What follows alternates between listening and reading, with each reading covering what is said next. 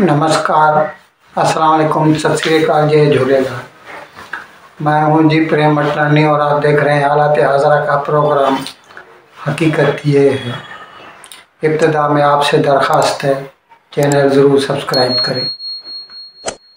नाजरीन, 2 रोज़ कबल यूक्रेन के सदर वोलोदिमीर ज़ेलेंस्की ने हिंदुस्तान के वज़ीर आज़म जनाब नरेंद्र मोदी को फ़ोन किया।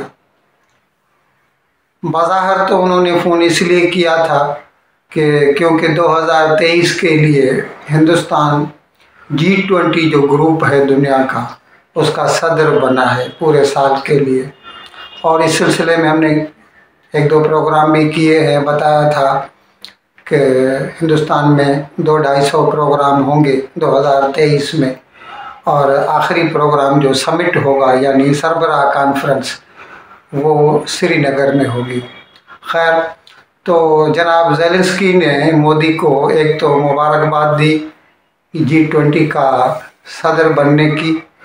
उसके साथ साथ उन्होंने, ज़ाहिर है अभी जब यूक्रेन और रूस की जंग चल रही है तो बात तो वही होगी, तो उन्होंने कहा कि आपने जो पिछली मर्तबा जो मतलब सरबराह कॉन्फ्रेंस हुई इंडोनेशिया के बाली में, और वहाँ पर जो कुछ जनाब मोदी ने कहा था, अब जाहिर है उसका जो बेस तो वही है।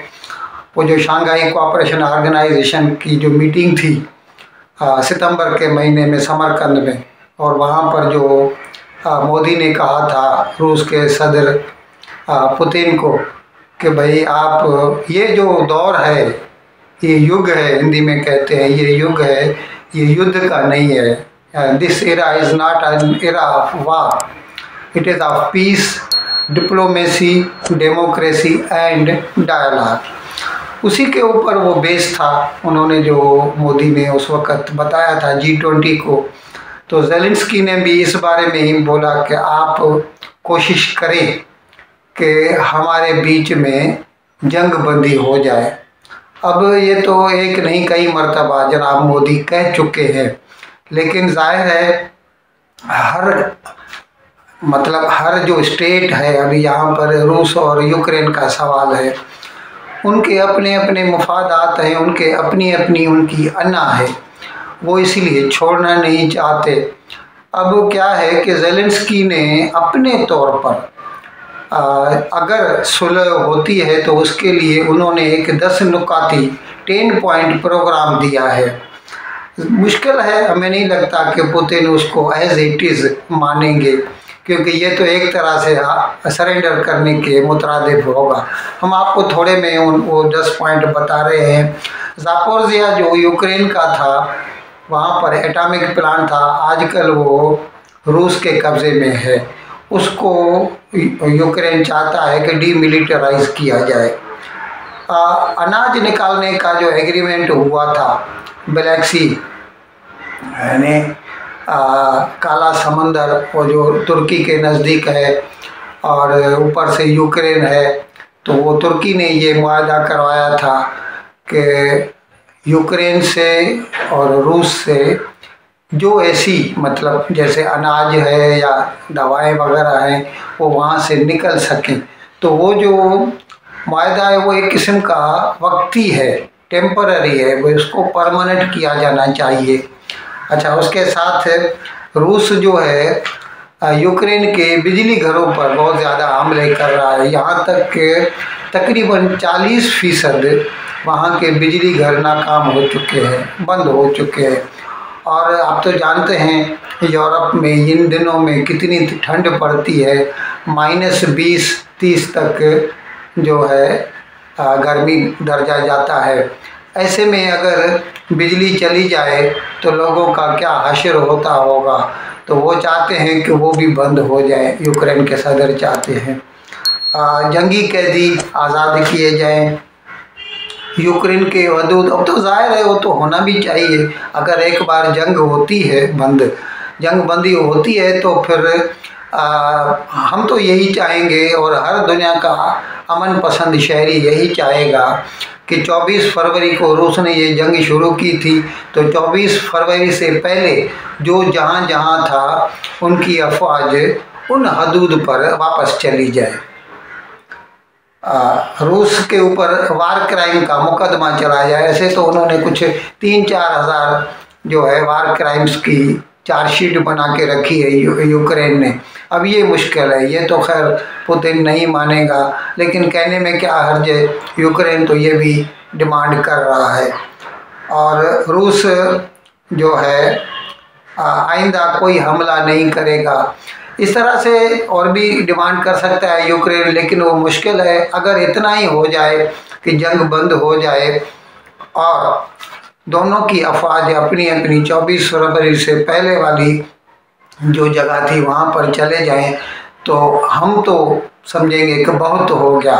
अच्छा, अमेरिका और यूरोप, वो अब तक तो ये हाल है कि वो अपनी तरफ से जंग बंदी कराने के जैसे हक में नहीं है। वो चाहते हैं कि भले जंग चलती रहे, क्योंकि अमेरिका की जो है हथियारों के कारखानों को ज़बरदस्त ऑर्डर्स मिल रहे हैं, और यूरोप जो हथियार सप्लाई कर रहा है यूक्रेन को, वो अमेरिका से ख़रीद कर सप्लाई कर रहा है। तो इस तरह अमेरिका का तो फाइनेंशियल इंटरेस्ट सर्व हो रहा है, लेकिन होना नहीं चाहिए। अगर अमेरिका या यूरोप यूक्रेन की सचमुच मदद करना चाहते हैं तो एक बार जंग बंद करा दें, और फिर उसकी रिसरेक्शन या रिकंस्ट्रक्शन के लिए यही पैसा जो उसको जंग के लिए दे रहे हैं वो रिकंस्ट्रक्शन के लिए दिया जा सकता है। नाज़रीन, हमने बताया था कल गड़ी खुदा बख्श जो लाड़काना के नज़दीक गांव है भुट्टो फैमिली का, वहाँ पर बेनज़ीर भुट्टो साबिक वज़ीर आज़म, उनका मज़ार भी है। तो कल उनकी 15वीं बरसी थी। 2007 में उन्हें शहीद किया गया था। कल 27 दिसंबर 2022 था, 15वीं बरसी थी। तो पीपीपी के सब लोग आए थे, बिलावल भुट्टो भी वहीं पर था, और बिलावल भुट्टो ने वहाँ पर लोगों से खिताब किया। और जाहिर है आजकल जो मुल्क में सियासी सूरत हाल है, जो एक किस्म का स्टेलमेट बना हुआ है, उसके बारे में भी उन्होंने जिक्र किया। और उन्होंने एक अजीब बात कह दी जो मुझे तो कुछ अजीब ही लगी। आप खुद सोचिए और हमें बताइए कि किस हद तक हम दुरुस्त हैं। उन्होंने कहा कि मैं इमरान खान को ये मशवरा देता हूँ कि वो जल्द से जल्द नेगोशिएशन टेबल पर आएँ और अपने जो MNAs हैं उनको वापस असेंबली में भेजें, और उनका जो किरदार है, जो रोल है, to play as a constructive opposition. अब जाहिर है वो तो मरकज़ी सरकार में वो अपोजिशन में है, हिज़्ब इख्तिलाफ में है, तो उन्हें अपना वो किरदार अदा करना चाहिए। मतलब इनका ये था। अच्छा, इसके लिए उन्होंने ये कहा कि हो सकता है अगर अभी आपने हमारी बात ये न मानी तो जो लोग आपको नुकसान पहुंचाना चाहते हैं फिर हम आपको उनसे बचा नहीं पाएंगे। अब यहाँ पर कौन हो सकता है जो इमरान खान को नुकसान पहुंचाना चाहे और जिससे पाकिस्तान पीपल्स पार्टी उसको बचा सकती है।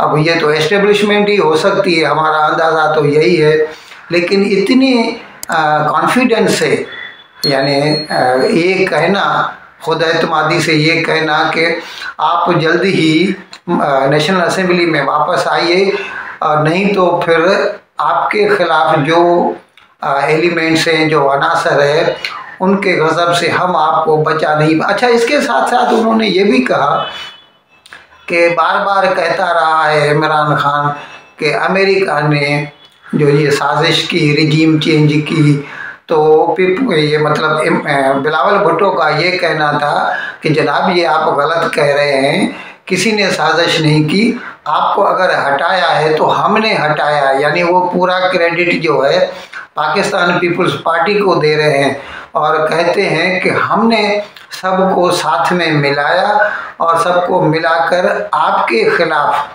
जो है अदम एतमाद की तहरीक लाए, और फिर जिसके नतीजे में 9 अप्रैल को आपको इस्तीफ़ा देना पड़ा। नाजरीन, ग्वादर में 2-4 रोज़ से बहुत ज़बरदस्त एहतजाज हो रहा है। एक जमात है जिसका नाम है, पॉलिटिकल जमात है, हक दो तहरीक, HDT वो अपने आप को कहलाते हैं। और उनका जो हेड है, मुखिया है, उसका नाम है मौलाना हिदायतुर रहमान। उन्होंने 2-4 रोज से लगातार जो है मुजाहरे कर रहे हैं सरकार के खिलाफ। और उनकी ये उन्होंने कहा था कि हमने 1 साल पहले भी किए थे। फिर वो जो अब्दुल कुद्दूस बिज़न जो हैं वज़ीर आला बलूचिस्तान के, उनके साथ उनके कुछ मुज़ाकरात हुए थे और फिर जिसके नतीजे में एक मुआहदा उसके ऊपर दस्तखत हुए थे और उसमें उन्होंने कुछ वादे किए थे हमसे, यानी हक दो तहरीक से वादे किए थे। उसमें कुछ ये था, उनके मैं मसाइल थोड़े से बता रहा हूँ। वो कहते हैं कि ये जो बड़े बड़े ट्रालर ग्वादर के नज़दीक के समंदर में जो माहीगीरी करते हैं उनको वहाँ से हटा दिया जाए। अब ये यहाँ पे ध्यान दीजिए, वो ज़्यादातर ट्रालर चीन के हैं और ये चीन वालों के ख़ास तौर पर ये खिलाफ है, ये जो बलूचिस्तान के लोग हैं। और मैं इस ज़मरे में आपको ये भी बता दूँ कि एक बार मैंने खुद बुगटी साहब का, अकबर बुगटी का एक KTN चैनल पर मैंने एक इंटरव्यू सुना था और उसमें उसने कहा था कि इस वक्त बलूचिस्तान की आबादी सिर्फ 50 लाख है। एक बार अगर ग्वादर को बड़ा बंदर बना दिया गया, ये जो सीपेक की बात हो रही थी तो इस सिलसिले में ये हुआ था कि ग्वादर को बड़ा बंदर बनाया जाए और ग्वादर से जो है वो सिंकियांग से लेके ग्वादर तक और जो जिस पे काम चालू है, खैर फिलहाल तो बंद है, उसके बारे में वो जिक्र कर रहे थे कि अगर एक बार ये बड़ा बंदर बन गया तो जैसे कराची की आबादी 2 करोड़ से तजावुज़ कर गई है तो जाहिर है फिर ग्वादर की भी आबादी इसी तरह बढ़ जाएगी। और ग्वादर की आबादी अगर 50 लाख से बढ़ गई तो फिर पूरे बलूचिस्तान में तो बलोचों से ज़्यादा तो पंजाबी हो जाएंगे। और ज़ाहिर है वो तो पंजाबी ही होंगे क्योंकि शुरू से जो भी उनके वसाइल हैं वो शुरू से बलूचिस्तान के मुकामी लोगों को नहीं मिले, सबसे पहले पंजाबियों को ही काम में आते हैं। ज़ाहिर है क्योंकि फ़ौज उनकी है, पूरी जो है ब्यूरोक्रेसी उनकी है, तो उनकी ये डिमांड रही है कि यहाँ पर ये जो माहीगीरी जो बड़े बड़े ट्रालर कर रहे हैं वो बंद हो जाए, गुमशुदा लोगों की बाजियाबी हो। ये भी फ़ौज के साथ है उनका ताल्लुक़। ईरान के साथ व्यापार में, और जो ईरान के साथ वहाँ पे सरहद पर होता है उनमें कम से कम पाबंदियाँ आयद की जाएँ, वो चाहते हैं। और ऐसे जो भी मुकामी जो मसाइल हैं उनका तदारुक किया जाए। तो बकौल हिदायतुर रहमान के अब्दुल कुद्दूस बिज़न ने उस वक्त माना था, लेकिन उसके ऊपर अमल नहीं हुआ। अब ये हुआ है कि जो है 2 रोज़ केवल ज़्यादातर उसमें ख़वातीन थी, वो जो जुलूस निकाला था उन्होंने। और वो फिर DIG मकरान का जो ऑफिस है ना उसके नज़दीक है सैयद हाशमी चौक, वहाँ पर पहुँचा तो फिर क्या हुआ कि कहीं से कोई गोली चली और उसमें एक सिपाही ज़ख्मी हो गया जो बाद में हलाक हो गया जब अस्पताल ले जाया गया। तो अभी सरकार ने तो अपना जो रुख है वो सख्त कर दिया है, लेकिन होना नहीं चाहिए क्योंकि इसके बारे में कुछ कहा नहीं जा सकता कि वो गोली किसकी तरफ से चली। इसीलिए बेहतर है अगर अमन अमान की सूरत हाल को वापस लाना है तो जो मुजाहिरीन हैं जो उनकी नुमाइंदगी करते हैं उनके साथ मुज़ाकरात किए जाएं और उनके जो जेन्युइन डिमांड्स हैं उनको माना जाए। नाज़रीन, एक साहब हैं मियाँ शबीर इस्माइल, उन्होंने लाहौर हाई कोर्ट में एक दरख्वास्त दायर की है जिसमें उन्होंने ये मुतालबा किया है लाहौर हाई कोर्ट से कि पंजाब के गवर्नर जनाब बलीगुर रहमान ने जो चौधरी परवेज़ इलाही को लेटर लिखा था और जिसमें उसे ये मांग की थी कि उसकी हुकूमत जो है माइनॉरिटी में हो गई है और वो वोट ऑफ कॉन्फिडेंस लेके दिखाए, जिसके बारे में फिर स्पीकर रिसिप्टेन ने ये रूलिंग दी थी कि ये गलत है जनाब बलीगो रहमान का ये जो डिमांड करना और फिर नहीं किया, फिर गवर्नर बलीगो रहमान ने उसके बदले में उसको डीनोटिफाई कर दिया था चौधरी परवेज़ इलाही को एज अ चीफ मिनिस्टर, जिसके बाद फिर लाहौर हाई कोर्ट में पीटीआई मतलब पाकिस्तान मुस्लिम लीग कायद ग्रुप वाले गए थे और जिसके ऊपर फिलहाल 11 जनवरी तक स्टे आर्डर उनको मिला है। अभी तक चौधरी परवेज़ इलाही स्टे आर्डर की वजह से वज़ीर आला बने हुए। तो ये जनाब शबीर इस्माइल ने ये डिमांड की है कि वो जो गवर्नर बलीगो रहमान ने ऐसा आर्डर निकाला है क्योंकि वो गैर कानूनी है, गैर आइनी है, इसलिए मैं ये मुतालबा करता हूँ कि लाहौर हाई कोर्ट ये आर्डर निकाले सदर और वज़ीर आज़म को कि बलीगो रहमान ने गैर आइनी काम किया है, इसीलिए उसे अपने ओहदे से सुपुर्द किया जाए। नाज़रीन, पाकिस्तान में रुपए की कीमत धड़ाधड़ गिरती जा रही है। जब भी इन्होंने पाकिस्तान मुस्लिम लीग नून ग्रुप ने 9 अप्रैल को हुकूमत संभाली थी और इमरान खान की हुकूमत ख़त्म हुई थी, उस वक़्त कुछ 178 रुपये का डॉलर था। आजकल 224-25, अब ये इंटर बैंक रेट है यानी सरकारी है, लेकिन बाज़ार में तो हमने सुना है 250 तक जा रहा है। तो इसकी वजह क्या है? सरकारी रेट और ग्रे मार्केट का जो रेट है उसमें इतना फ़र्क क्यों है? अभी सुनने में ये आया है कि अफ़गान तालिबान ने अपने यहाँ हुक्म निकाला है कि जिसके पास भी पाकिस्तानी रुपया है वो रखना गैर कानूनी है और उसको फॉरेन करेंसी में यानी डॉलर में तब्दील किया जाए। तो किसी भी तरह बावजूद इसके कि कानूनी तौर पर पाबंदी है वहाँ से रुपया लाना या यहाँ से पाकिस्तान से डॉलर लेके जाना, लेकिन अफ़गानी लोग वहाँ से पाकिस्तान का रुपया ला रहे हैं और पाकिस्तान में किसी भी भाव में बेचकर उससे डॉलर ख़रीद रहे हैं, जिसकी वजह से पाकिस्तान में पाकिस्तानी रुपए की कीमत गिरती जा रही है और डॉलर महंगा होता जा रहा है अनऑफिशियली। सरकारी रेट तो जो एलसी खुलते हैं वो हिसाब से 224 रुपया है। तो अभी तालिबान ने ये जो आर्डर निकाला है, इसीलिए पाकिस्तान की गवर्नमेंट चाहती है कि सरहदों पर सख्ती कर दी जाए ताकि ये जो करेंसी की स्मगलिंग है ये बंद हो जाए। लेकिन हमें नहीं लगता, क्योंकि पाकिस्तान अफ़गान जो बॉर्डर है वो इतना पोरस है कि आज तक तो किसी को हथियार और लोगों को आने जाने से नहीं रोक सके, तो डॉलर और पैसे का रोकना तो इनके बस से बाहर ही है। इन अल्फाज के साथ मैं आज का प्रोग्राम ख़त्म करने की आपसे इजाज़त चाहता हूँ, लेकिन विदाई लेने से पहले एक मरतबा फिर आपसे मेरी दरख्वास्त है कि जिस किसी साहब या साहिबा ने अब तक हमारे इस चैनल को सब्सक्राइब नहीं किया, अज़राए करम इसको जल्द से जल्द सब्सक्राइब करें, प्रोग्राम को लाइक करें, शेयर करें और घंटी का बटन दबाना न भूलें। बहुत बहुत शुक्रिया। खुदा हाफिज़।